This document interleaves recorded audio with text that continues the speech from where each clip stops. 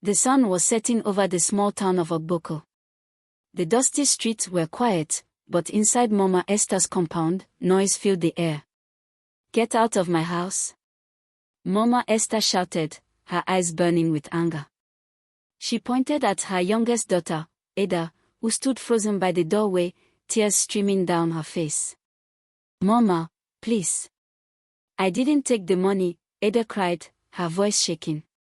"Don't stand there and lie to me," Mama Esther yelled. "Naira notes don't disappear by themselves. If it's not you, who else?" Her elder sister, Nena, stood beside their mother with folded arms and a sly smile on her face. She didn't say a word, but the look in her eyes told it all. She was enjoying this. The neighbors had gathered by the fence, whispering and watching as the drama unfolded. "Mama, I swear on Papa's grave, I didn't steal your money," Ada pleaded again, her small frame trembling. "Swear all you like. You are a thief. I don't want to see you here again." Mama Esther grabbed Ada's small bag, stuffed with a few clothes, and threw it at her feet. "Pick that and leave." "But where will I go?" Ada sobbed. "Go and join your fellow thieves," Mama Esther shouted, turning her back. "You are no longer my daughter." Nena smacked as Ada picked up her bag, her heart broken into pieces. The neighbors whispered louder now, shaking their heads. Ada wiped her tears with the back of her hand. At just 16, she had no place to call home now. Her own mother had sent her away, all because of a crime she didn't commit. She walked slowly down the street, each step heavy with pain. As the night fell, she found herself sitting by a small kiosk near the market square, crying silently. "Why are you crying, my child?" a gentle voice asked. Ada looked up.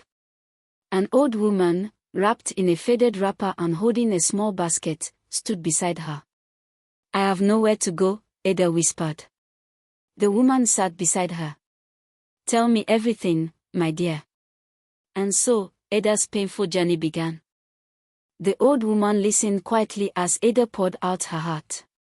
She told her how her mother, Mama Esther, had accused her of stealing 50,000 Nigerian nairas that went missing from the house.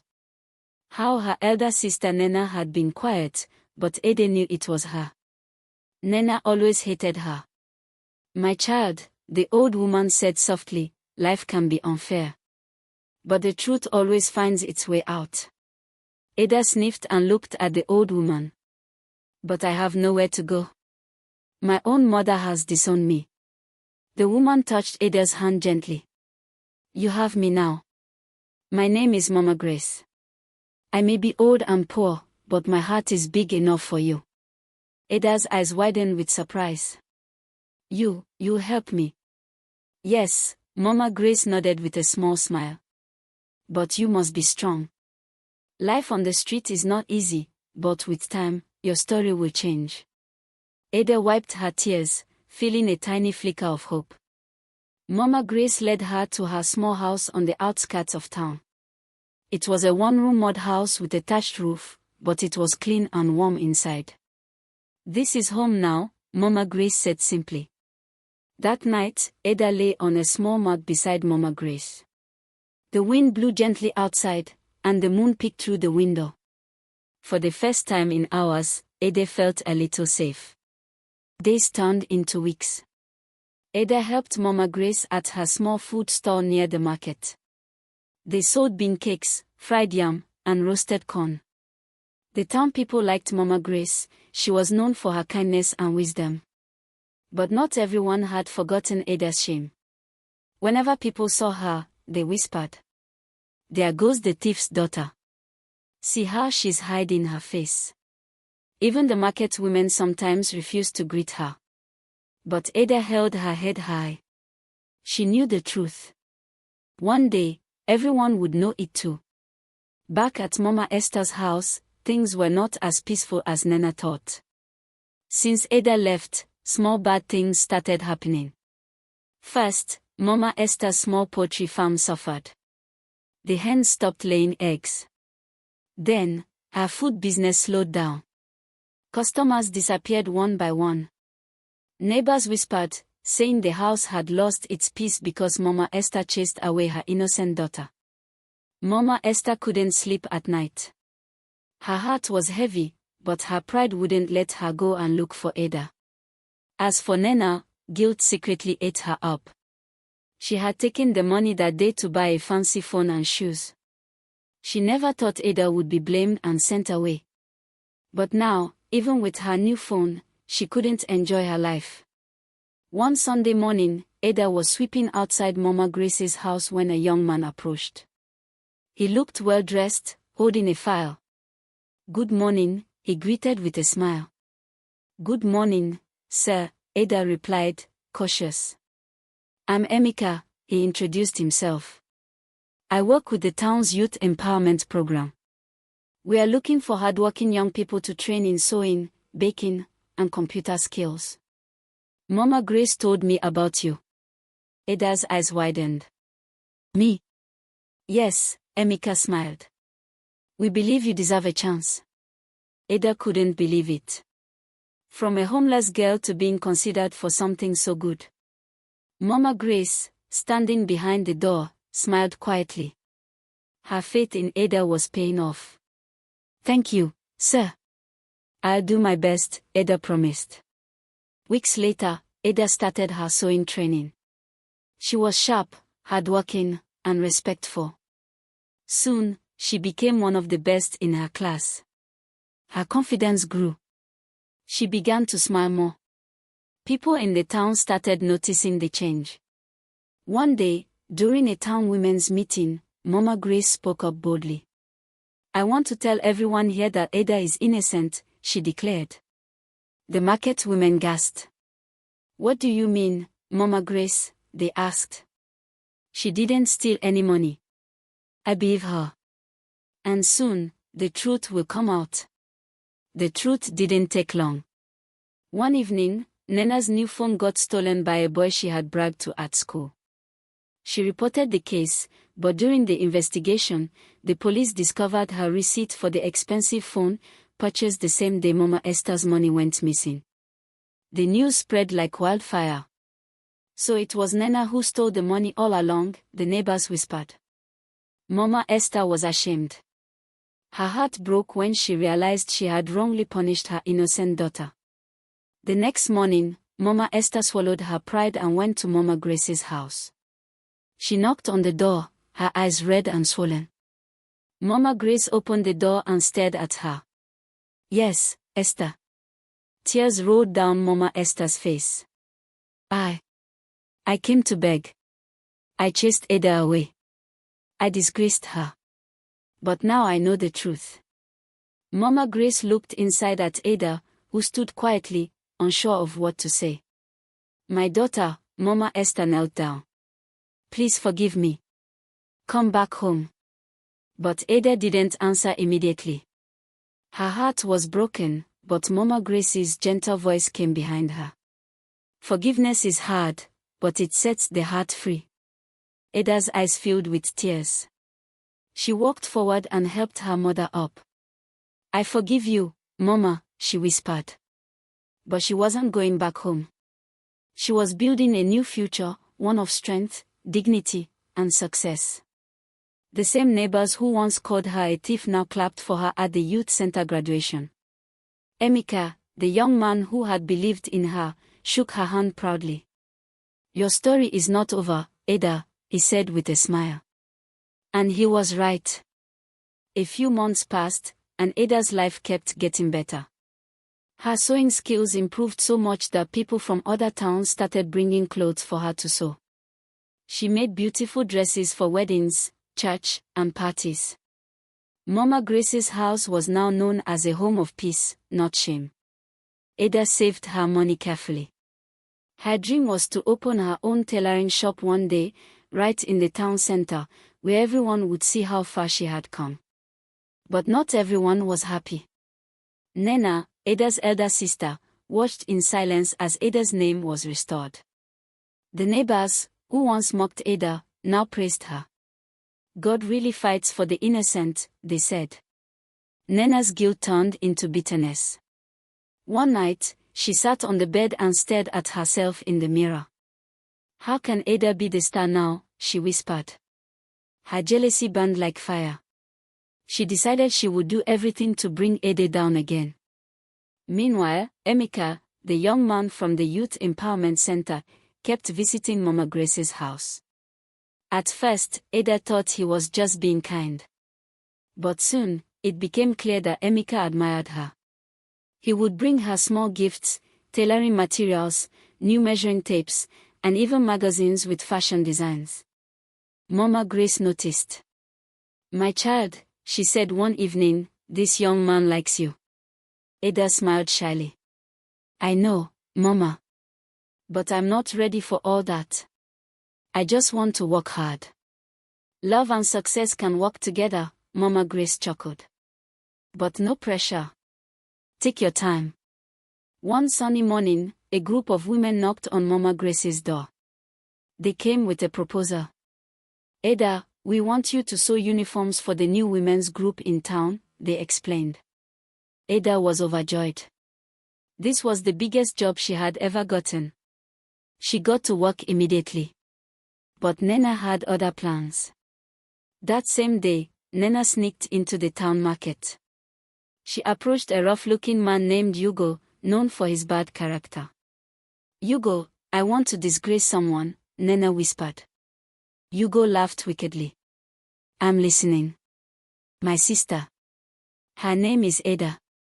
I want you to steal some clothes from her, make it look like she's back to her stealing ways. Hugo agreed, for a price. The plan was simple. During the busy town festival, Hugo would sneak into Ada's sewing stall and steal some materials and money. Then, rumors would spread again. But Destiny had other plans. The town festival arrived. Ada, with the help of Mama Grace and Emeka, decorated her stall beautifully. She displayed her neatly sewn dresses, skirts, and blouses. People admired her work. Even the town chairman stopped by. Young girl, you have talent, he praised. Ada beamed with joy. But as planned, Hugo sneaked into the store area when Ada stepped away to greet the chairman. Unfortunately for Hugo, he didn't know the area had CCTV cameras installed recently by the town council. Within minutes, the market security caught him with the stolen items. A crowd gathered. The security officers played the CCTV footage. Everyone saw Hugo sneaking into Ada's store, stuffing money and materials into a bag. The people shouted angrily. See? It was never Ada. The girl is innocent. The police arrived quickly and arrested Hugo. The officers questioned him, and after small pressure, Hugo confessed. Nena sent me, he admitted. The crowd gasped in shock. That evening, Mama Esther, full of shame, dragged Nena to Mama Grace's house. Ada sat outside sewing when they arrived. Nena's face was swollen with tears. My daughter, Mama Esther began, forgive me again. I failed you twice. Ada looked at them quietly. Nena knelt down, tears flowing freely. I was jealous, Nena confessed. I thought you were better than me. But all along, it was my own foolishness. Please, Ada, forgive me. Mama Grace stood by, watching. The neighbors whispered, watching the drama unfold. Ada's eyes filled with tears. She stepped forward. I forgive you, Nena, she said softly. But jealousy and lies bring only pain. Let's end this now. Nena wept, clinging to Ada. The neighbors clapped, touched by Ada's big heart. Months later, Ada opened her own tailoring shop. The signboard read, Ada's Fashion World, Beauty with Dignity. Her business flourished. She employed other young girls from poor backgrounds, teaching them sewing and giving them hope. Emeka proposed to Ada in front of friends and family. She said yes. At their wedding, Mama Esther and Nena danced with joy. Mama Grace sat at the front, smiling proudly. The town chairman, present at the wedding, gave a speech. Ada's life is proof that when you stand for the truth, God lifts you beyond your enemies. Ada smiled, holding Emeka's hand.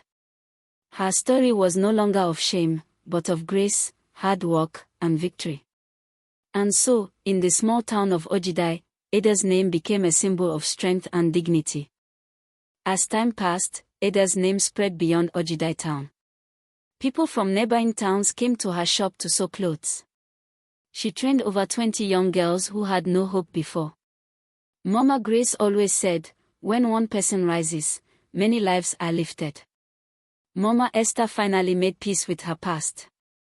She would visit Ada's shop sometimes, sit quietly, and watch her daughter walk with pride. Nena also changed.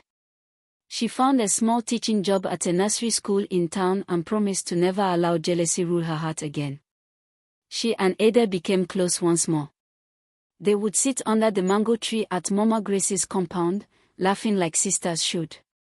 One sunny afternoon, Emeka returned from Lagos with good news. My company is opening a new branch here in Ojidai, he said. I can finally settle here properly with you. Ada smiled brightly. She was now married to Emeka, running her own business, and living in peace. Even Mama Grace, though old, looked healthier than ever. One day, during the town's Youth Empowerment Summit, the chairman called Ada to the stage. This young woman, the chairman began, was once accused of stealing. Many believed it. But today, she is a role model. Her life shows us that the truth may be delayed, but it can never be hidden forever. The crowd clapped loudly. Ada stood humbly, holding her award. Tears filled her eyes as she looked at the faces in the crowd, her mother, her sister, Mama Grace, Emeka. She remembered the day she was chased out of her home, carrying her small bag with nowhere to go. She remembered the hunger, the shame, the whispers. But look at her now. A businesswoman. A wife. A helper of young girls. A symbol of hope. As she held the award to her chest, Ada smiled and whispered to herself. God never sleeps. He fights for the innocent. And the crowd continued to cheer. Dear viewers, life can be hard. People may wrongly accuse you, even your own family may turn against you. But never lose hope. If you stay honest, work hard, and trust God, your story can change. What did you learn from Ada's story? Share your lessons in the comments below. If you enjoyed this touching tale, please give this video a thumbs up, share it with someone who needs hope, and hit the subscribe button. Don't forget to turn on the notification bell so you never miss an inspiring story from this channel. Thank you for watching. Stay blessed, and always remember, truth and kindness never lose.